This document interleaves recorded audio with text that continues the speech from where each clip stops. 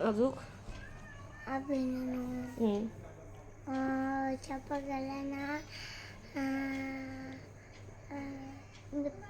Pen काढतो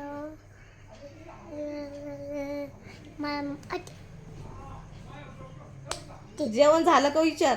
तुला कशाला मारतो. काय बोल मी जेवलो. मी जेवलो. मी वरण भात खाल्ला. वरण भात खाल्ला. मी रोटी खातो. मम्मीने वरण भात केला होता. मम्मीने वरण भात केला. अजून